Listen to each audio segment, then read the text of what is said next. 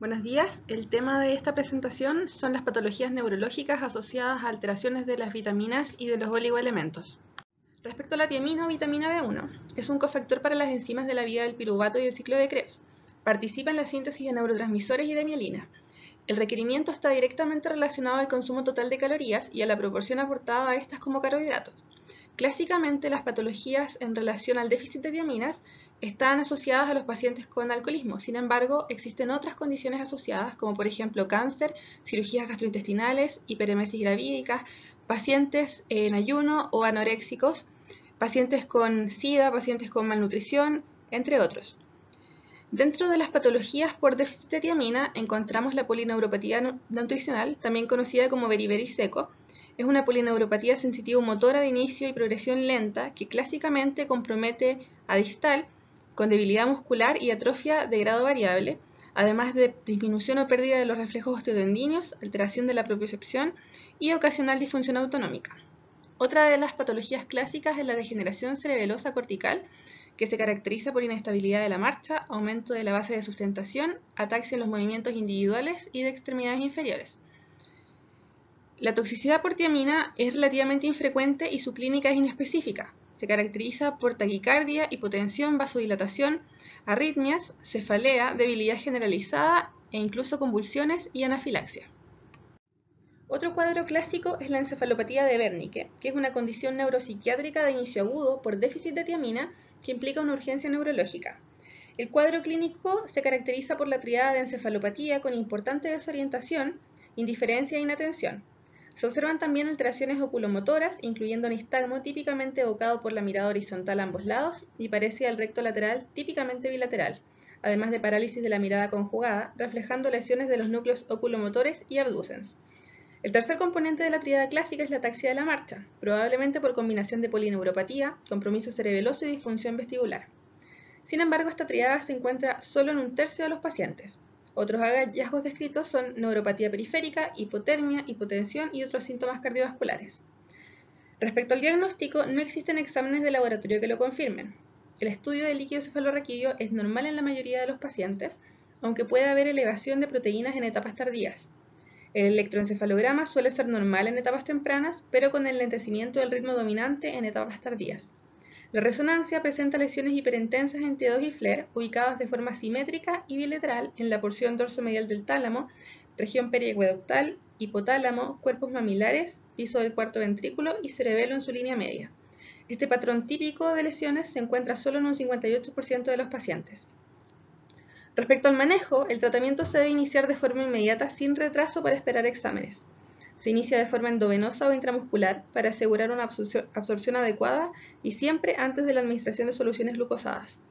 No existe evidencia suficiente de estudios controlados randomizados para guiar la dosis óptima, frecuencia, ruta de administración o duración de tratamiento.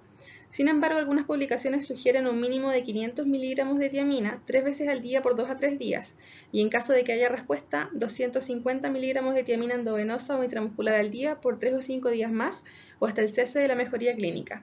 Si no hay respuesta, la suplementación puede ser descontinuada luego de 3 días. Respecto al síndrome de Korsakoff, esta es una manifestación tardía secundaria al déficit de tiamina que ocurre en un 80% de los pacientes que sobreviven a la encefalopatía de Wernicke, si bien esta no siempre ha sido evidente en la clínica previa. Se caracteriza por déficit de memoria severo, en particular de la memoria de trabajo, sin mayor deterioro de otros dominios cognitivos. Clásicamente se describe la aparición de confabulación, sin embargo, no siempre se encuentra presente. Los pacientes típicamente no tienen conciencia de enfermedad. Respecto a la piridoxina o vitamina B6, esta está involucrada en el metabolismo de aminoácidos y neurotransmisores. Su déficit es poco frecuente y, en caso de déficit marginales, se caracteriza por estomatitis, lositis, queilosis, irritabilidad, confusión o neuropatía periférica. En casos más severos se puede observar dermatitis seborreica, anemia microcítica o convulsiones. Existen síndromes genéticos que afectan las enzimas dependientes de piridoxalfosfato que imitan déficit de B6. Hay errores en el metabolismo de la piridoxina que determinan epilepsia dependiente de piridoxina. Se han reportado niveles bajos de vitamina B6 en condiciones como asma, diabetes, alcoholismo, enfermedad cardíaca, embarazo, cáncer de mama, linfoma de Hodgkin y anemia de células falciformes. Algunas drogas asociadas son la isoniazina, la penicilamina, la hidralazina y la levodopa carbidopa. Respecto a las manifestaciones por exceso de vitamina B6, tenemos la toxicidad aguda, que se caracteriza por parestesias, pérdida sensorial generalizada, disfunción autonómica, pero sin debilidad. La toxicidad crónica se da con dosis mayores a 250 miligramos al día por tiempo prolongado y se caracteriza por neuropatía periférica, dermatosis, fotosensibilidad, mareos y náuseas. Respecto a la neuropatía sensorial periférica, hay un mayor riesgo con dosis mayores a 100 miligramos al día y las características clínicas son ataxia sensorial, arreflexia, alteración de la sensibilidad táctil y profunda y romber positivo. El sitio de la lesión es el ganglio de la raíz dorsal y el mecanismo molecular de degeneración axonal no está completamente dilucidado. Respecto al déficit de vitamina B12, este produciría una alteración en la síntesis de ADN con interferencia en el crecimiento de oligodendrocitos y producción de mielina. Se propone que el déficit de adenosilcobalamina lleva a la acumulación de metilmalonilcoenzima A en el sistema nervioso, causando la incorporación anormal de ácidos grasos a los lípidos neurales, alterando la síntesis de mielina. Adicionalmente, la depleción de vitamina B12 actuaría como una condición proinflamatoria, afectando factores neurotrópicos y neurotóxicos. Se requiere un ambiente ácido en el estómago para separar la cobalamina de las proteínas de los alimentos. Este ambiente se puede alterar en diferentes condiciones, por ejemplo en adultos mayores por gastritis atrófica, disminución de la secreción de factor intrínseco, consumo dietético inadecuado de B12. La presencia de Helicobacter pylori también debe ser considerada. Puede ocurrir acidez estomacal por administración de fármacos como metformina. También se debe considerar la anemia perniciosa y la cirugía gástrica como posibles causas. Dentro de las condiciones que se producen por déficit de vitamina B12 a nivel del sistema nervioso, podemos mencionar las siguientes. En primer lugar, la neuropatía periférica, que es de tipo sensorial, con compromiso de fibras aferentes mielinizadas de grueso calibre. Solo en las etapas más avanzadas, cuando las anormalidades son clínicamente evidentes, la neuropatía podría expresarse como axonal. En cuanto a las manifestaciones neuropsiquiátricas, se desconoce el mecanismo exacto de su ocurrencia. Se ha asociado un aumento del riesgo de deterioro cognitivo en adultos mayores que presentan bajos niveles de vitamina B12 asociados a altos niveles séricos de folato. Se describe la presencia de depresión, irritabilidad, insomnio, lentitud de pensamiento, demencia, deterioro cognitivo y psicosis. La degeneración combinada subaguda se produce por desmielinización de las columnas dorsales y laterales de la médula, con pérdida axonal difusa multifocal que es más severa a nivel de cervical y torácico. Este cuadro se traduce en debilidad progresiva, ataxia sensitiva y parestesias. En etapas más avanzadas puede aparecer espasticidad, paraparesia e incontinencia urinaria. La reversibilidad de los síntomas, al igual que en otros déficits vitamínicos, dependerá de la severidad y tiempo de evolución de los síntomas. En general, la neuropatía periférica presenta mejoría con varias semanas de tratamiento.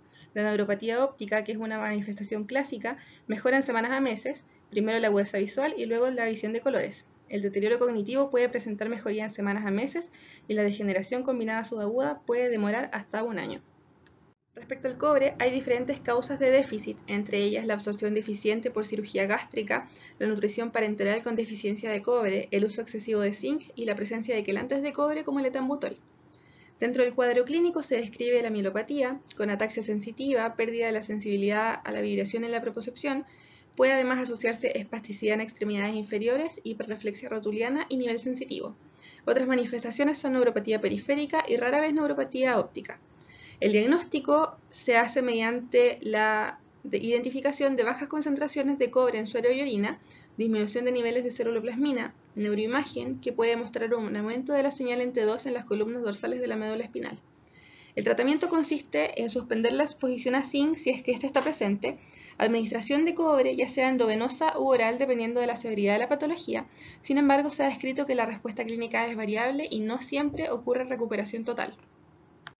En cuanto a la enfermedad de Wilson, es una condición genética autosómica recesiva que genera alteraciones en el metabolismo del cobre y su excreción. Presenta manifestaciones no neurológicas, entre las cuales se encuentran síntomas oftalmológicos, hepáticos y psiquiátricos. Las manifestaciones neurológicas son el cuadro inicial en hasta un 60% de los pacientes. Típicamente inicia alrededor de los 20 años de edad y se puede caracterizar por temblor, síndrome rígido kinético, síndrome distónico o ataxia. Previo a la instalación de estos síntomas pueden aparecer otras manifestaciones más sutiles como cambios en el comportamiento, deterioro del rendimiento, incapacidad para realizar actividades que requieran de buena coordinación entre manos y ojos.